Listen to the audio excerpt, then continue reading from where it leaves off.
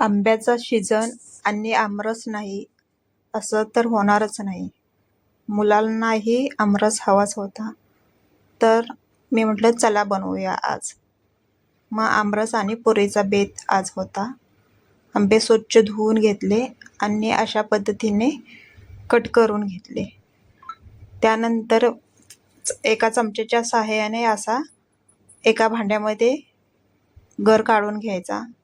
जेवढा काढता येईल तेवढा गर काढून घेऊ आणि आपल्या येथे आंब्याचा गर काढून तयार आहे. त्यामध्ये आवडीप्रमाणे साखर, मी येथे 2 चमचे साखर टाकत आहे.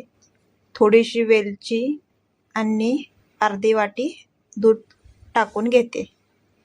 माझ्याकडे हे मशीन आहे मिल्कशेकचं. मी याच्याच मदतीने आता आमरस करते. या मशीनच्या सहाय्याने मी येथे आमरस करत आहे. आमरस खूप छान होतो अशा पद्धतीने केल्याने. हे पहा, येथे आपला आमरस तयार झालेला आहे. हा मी आता फ्रीजमध्ये थंड करण्यासाठी ठेवते. तोपर्यंत मागाशी मी चपातीचे पीठ मळून ठेवले होते आणि आता त्याच्या मी पुऱ्या बनवायला घेते. अशा पद्धतीने गोळे तयार करून ठेवते, कारण का मी मशीनच्या सहाय्याने पुरी बनवणार आहे. मशीनच्या सहाय्याने पटकन पुरी होते. अगदी हळुवारपणे प्रेस केले तरीही पुरी छान अशी आपली तयार होते.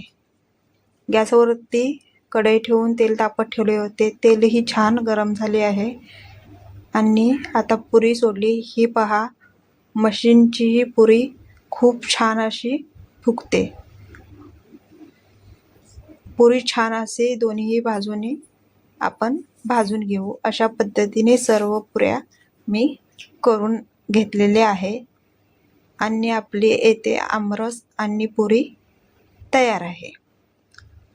चला तर मग चॅनलला सबस्क्राईब करा.